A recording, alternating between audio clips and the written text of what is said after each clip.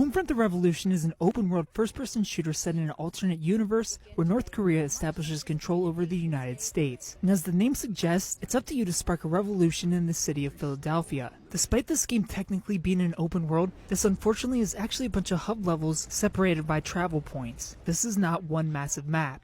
That's a shame because Deep Silver mistakenly decided to ditch the linear first-person shooter style this game originally was to jump into the saturated market of open worlds. And if you're going to jump into a saturated market where 9 out of 10 AAA games are unique or flat-out copying Ubisoft, you better make sure that your open world or Ubisoft clone world is worth existing in. This one isn't. There are two different zone types, a red and yellow. Red means anything goes. Yellow means there are civilians, and you need to be stealthy and destroy Korean property to get the citizens to rise up. The yellow zone liberating is required for the story. The objectives, much like the rest of this game, feels very copy and paste, even down to the location you need to get to in each zone. You can tell the developers tried to mix things up. Sarcasm. It's just an ugly, brown, lazy, boring and lifeless world with Assassin's Creed style liberation points. You can take control over vantage points in the city to unlock safe houses to respawn at if you die, as well as shops to buy weapons and upgrade your gear. Weapon customization is pretty standard, but you can equip scopes and modifications on the fly, turning your 3 weapons into 9. The weapons are easily the best part of the game. Liberating the entire map will add about 8 hours to the 12-hour campaign, and this 12-hour campaign, much like the world, just feels lazy. You feel like an errand boy rather than a hero. You do fetch quests and babysit, and you get frustrated at the broken game not continuing a mission, or hard crashing 10 times in a row, or just due to the combat. The combat in this game feels completely unsatisfying, and the difficulty of the survival open world feels frustrating even on the easiest difficulty thanks to an ineffective hit detection system.